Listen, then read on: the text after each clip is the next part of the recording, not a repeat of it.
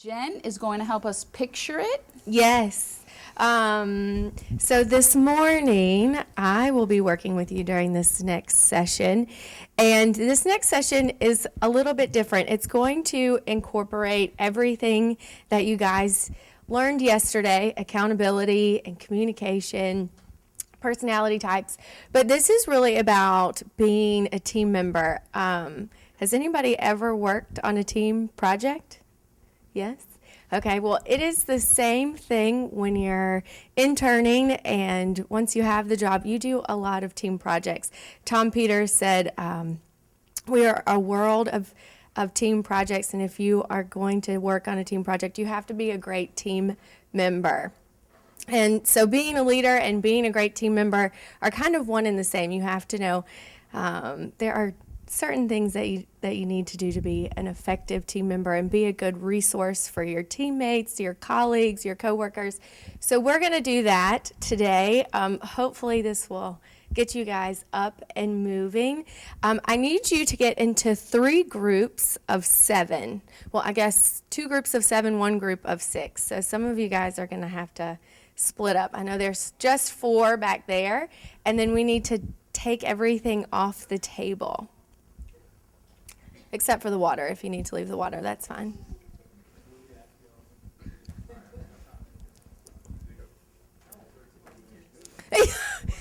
One person has to go over there. One person has to go over there. Thanks, Peyton. Thanks, April. You guys just have a bromance over here going on, plus Noel.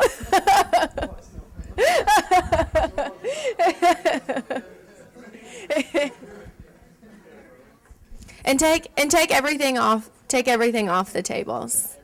Yeah, if you want to take the cups and stuff off the table, it will just help you guys in this exercise.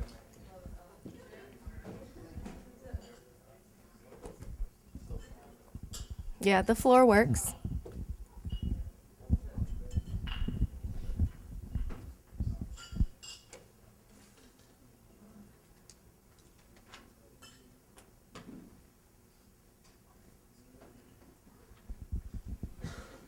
Okay.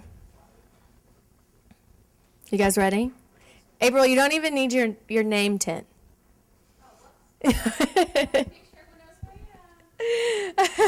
You have directions in your binder, but since those are on the floor, I'm going to read them to you. And tell me if you need me to tell you more than once, because it's quite a bit.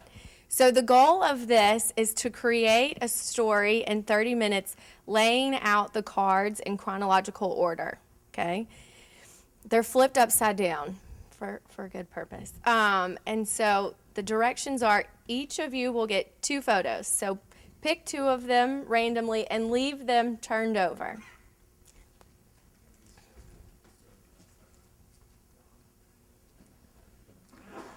Everybody have 2? God bless you. Okay. Now, the rest of the rules are as followed. You can show the group one of your photos, and the other photo you have to explain to the group. Under no circumstances can you show one of your photos to the group at all, ever, during this process. And then the other caveat is that there can only be 4 photos up at one time. Does that make sense? So that means whether you are showing your photo or photos that are in the middle, there can only be 4 photos up at one time. Like face up. And then once you get to a certain point, you're going to start to put them in chronological order. Am I clear? Every single one of them needs to be together in chronological order. Does that? How you think the pictures flow together in chronological order. Yes, Jen. So are we switching them out? You are not switching them out. Those are your 2 photos to keep. So You can show one to the group. these photos in the center. You can show those photos, Okay. but only 4 of them can be up at one time. Those photos, you can show 4 of them, flip them back over, show 4 more, flip them back over. You can only show only one of yours. You have to describe the other one. Does that make sense? So You can look at both of them. But you can only show one, and you're going to have to describe the other. At the end, you'll have them all compiled in chronological order. You're basically like putting the book back together. Okay? You guys got it? Maybe. Okay, so I have a few suggestions before you start this. One is that you have a quality control person that makes sure that there are only 4 photos showing at one time. The other is that I'm going to keep the time, so I will keep you informed. Do you guys want to know, like, when you're at the 15-minute mark, the 10-minute mark, 5-minute mark? Okay. And then at the end, you need a storyteller who can tell the group how you put the story together. Okay? So you want to designate who's the quality control person?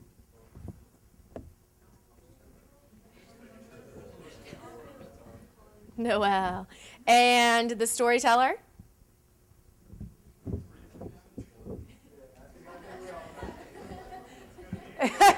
Cornelius, are you the storyteller? Okay. So I am going to keep the time.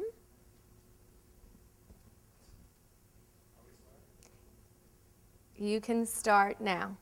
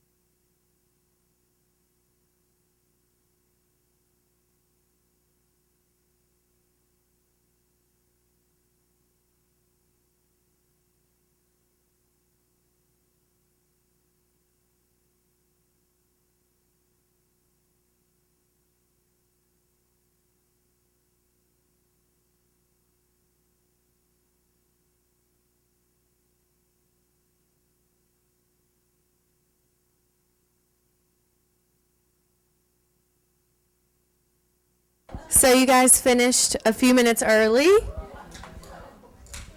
Does anybody want to go first? We can. You want to go first? Okay, now I might interrupt you and ask you a few questions while you go through your story. It does not have to be an elaborate story, but I just would like to see the chronological order in which you put your story together and how you guys came up with the concept. So.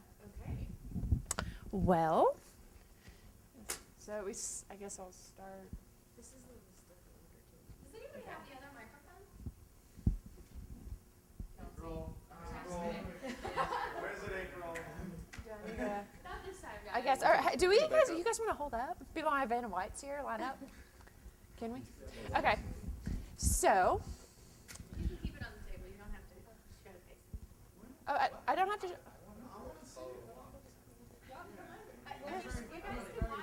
Yeah. So everybody, we're all just gonna like hold it up. Yeah. Okay. So story time.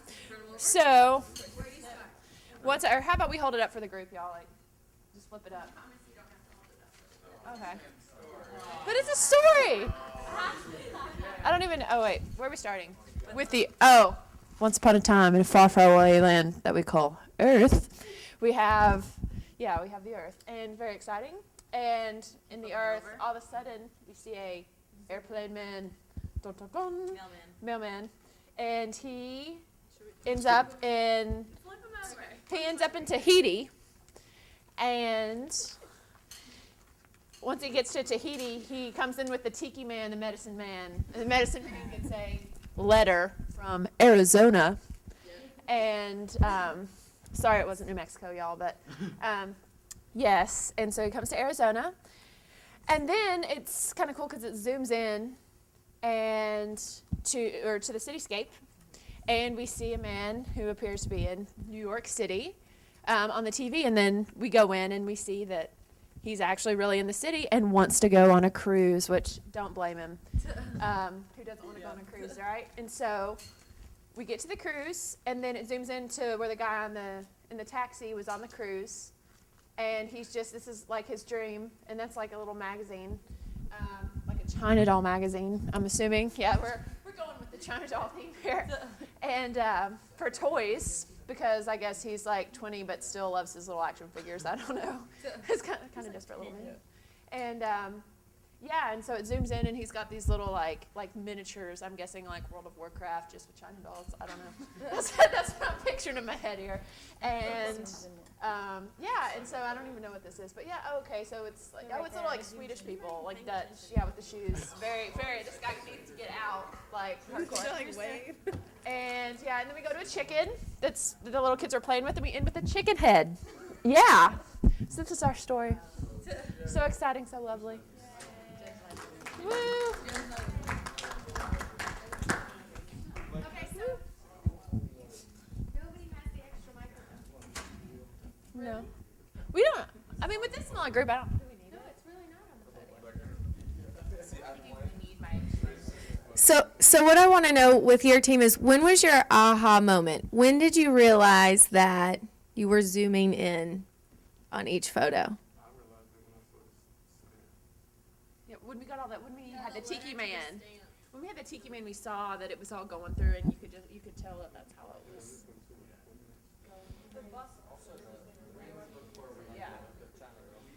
Well, and like I had the two cruise ships, and so you could tell that it was zooming in. So it's like when you look at those, you're like, that seems to be the theme. So Okay. we all just kind of picked up on it. And did you use any other resources besides just the photos? No. You used the paper. Okay. Yeah. No. No, I know. I'm just wondering. I'm just. You guys will see in a second. Okay. April, you want to tell? How'd y'all storyteller? I know. I'm curious. Okay, so we had the same story. I think everybody did. Okay. Ready? Okay, so you have the planet, and it zooms in. I don't really. It's a really story to tell. I feel like it just is kind of, everyone knows what happens. So you zoom in the Earth. Same thing. As you're kind of zooming in, you notice like a lot of clouds on ocean, and then all of a sudden you see this plane and some islands. I think it's actually Australia. That's what it said in the postcard or the envelope. So there's a nice yellow plane, perhaps what's not FedEx? There's another company, whatever. So it's that guy. yeah, DHL. Thank you. That's what I was thinking of. I don't know why I'm talking to the microphone. And then there is a gentleman who's driving the plane, and this was my undescribable picture. So, hello, hey group, this is my picture. And you see a nice little island, and then you see a lot of people, and they look like they're having a great time. I'd like to join them somewhere in Australia. And you see Mr. Medicine Man with a great white beard, and the postman comes out. He's right there. He's holding an envelope that says, to Mr. Tamata Tafia, Tribal Chief, Solomon Island, Australia. And there's a stamp from Arizona. And then there's the close-up of the stamp. And then there is a Native American gentleman sitting there watching TV on the stamp. That's a great stamp. Zoom in on the TV. Oh my gosh, it's New York City. And you've got a nice bus. Looks like there's a cruise ship and a guy moving some more mail, which I think is ironic. And California Cruise Line, so now we're moving coast to coast. And there's a deck. And closer, and there is a guy passed out, probably getting a sunburn, let's be real, next to the splashing children. And he is reading a Toys magazine with the girl crawling on it. And zoom in. And she's, oh my gosh, she's playing Little Village, just like in Beetlejuice. And it gets closer. Whoops, daisies. And it gets closer, and you start to see little pigs. And then the village gets closer, and you think it actually might be a real village. There's a little truck out front. Which, was that in the last one? Somewhere, yeah. And then you have this house with people inside of it, and a little farm. And the people are kind of hard to see at first, but they're in there. Why is this speckled, by the way? This is like this big speckled picture. And it wasn't speckled, whatever. Okay. All right. Well, it's a toy house. There's a little bug right there, and these people watching a rooster. And then it's larger of the rooster. And then it is the rooster's face, and then it is the top of the rooster. And that is the story. So what was the aha moment for your team? Like, at what picture or point did you realize that? Team? I think we all just like had our different pictures and we started grouping them first, and then like once we got four in a group, it was like obvious that they were zooming in. So that's when we realized. And even if they were random, like at first they were like, why is there a farm and a city together? Like, what's going on? But then I think like once we put them together and like saw, like if we looked at them more closely, and you know, she'd be like, oh, like I have that in my picture, and like, oh, like he was like, I have the rooster. Did So you we just have see that. any communication issues, like when somebody was describing the photo where you're like, you know, that you had, so you just, Yeah. you just trusted each other? You Yeah. just like, were like, okay. We were like, just put it there. Yeah, and it worked out really nicely. Okay. Yeah. Thank you. We're a great team. Cornelius? Adrian? Good morning. I'd like to start my story off by giving you the background story. About 40 years ago, in the Omega 7 galaxy, a ship left and landed on the planet Earth. Now, wait a second. You have your pictures in a different chronological order than starting with the Earth.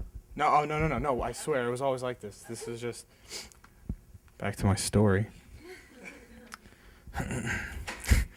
The ship landed, and the U.S. government took care of the ship and made us believe that it never landed on Earth. But, present day, the Omega 7 galaxy is trying to contact its leader that once landed on Earth. It's coming! Basically, Omega 7 sends out signals, and our pictures are just showing how closer and closer the signal's getting. And basically, the story is aliens are everywhere. You just gotta make sure you know where they can be. Like on a rooster's head. Thank you. Thank you. Thank you, guys.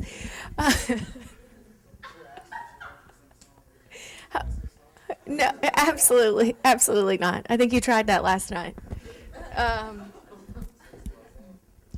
So you guys, I walked around the room and I took a few notes just because I was noticing how you guys were working together as a team. And there were a few things that I noticed. Both of your teams used outside resources to get the job done. You guys used the sheets of paper. You guys, I think, used the cups. And then you guys started grouping things way before anybody else started grouping the photos together. And I'm sure when you work on a team project, everybody comes to the table with a little bit different agenda. And that is whether you're in the workforce or, whether you're doing a school project. So different communication styles and different ways of doing things are always great. And bringing in resources and knowing your resources when you come together as a team is always really great, and being resourceful. So there were a few things. There are 10 things, actually, qualities that I wanted to talk to you guys about to be an effective team player. And unfortunately, I have to go through those a little bit quicker than I thought because Adrian's story took up quite a bit, quite a bit of time. And I think, you guys reinforced that you have these qualities in being a team player, but we'll go through them just in case. The first one was demonstrates reliability and accountability. And April proved that when she said, normally a few people during this group activity will have issues with, they don't always trust the description of somebody else's picture. And so when you come to the table as a team, you have to be effective and trustworthy and accountable for what you're doing, and follow through on assignments and be consistent and deliver that performance because not everybody is as trusting as April's team was. Also, communicate constructively. I didn't get to sit in on Dr. Chandler's entire session yesterday, but it's to be positive and confident and respectful when you talk to people, when you work in a team, and articulate your ideas clearly and honestly. I think we have said that over and over and over again the last few days. And then listen actively.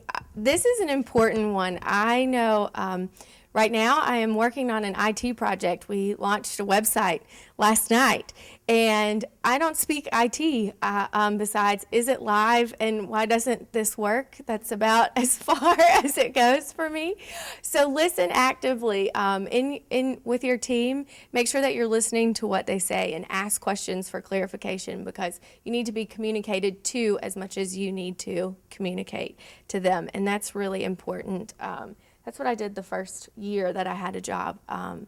Everybody would say, speak up in a meeting, and I'd be like, I am learning. I'm listening actively and taking notes. So that's really important as an intern and as you go into your first job is really listen actively and take notes. Always take notes. They're still at this day and age, even when I go to somebody's office just to have a quick meeting, I take my notepad and write everything down so that I'm listening and can remember what they say.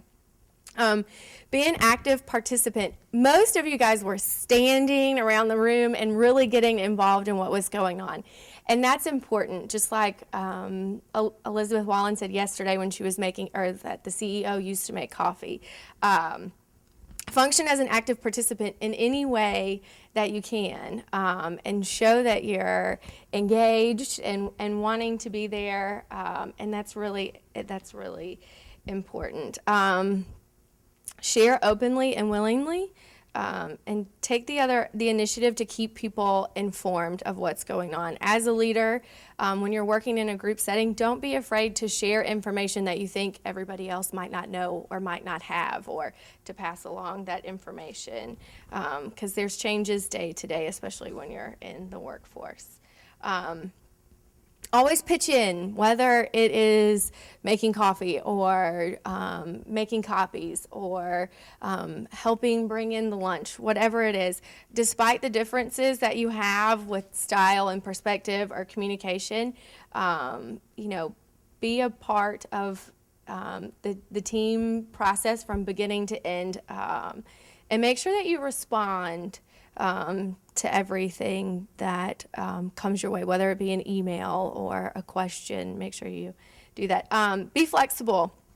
You deal with lots of changes. I'm surprised that you guys did this activity the same way.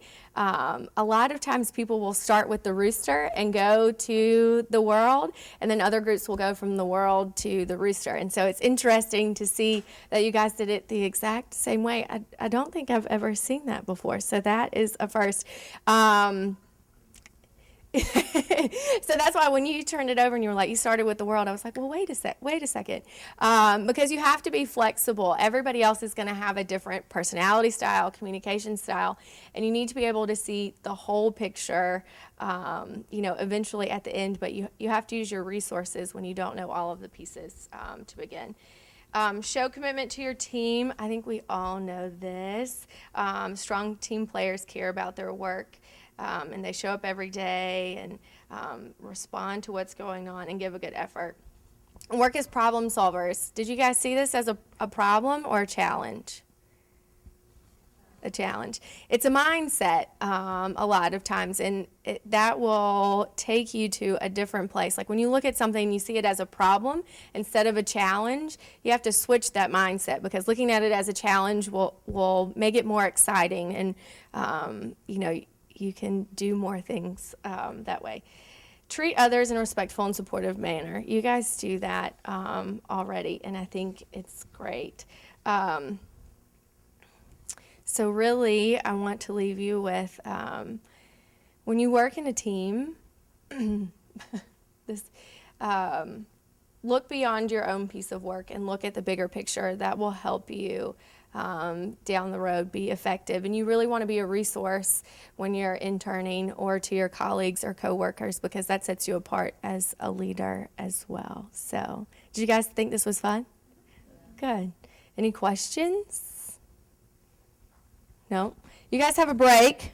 I'm right on time for 15 minutes.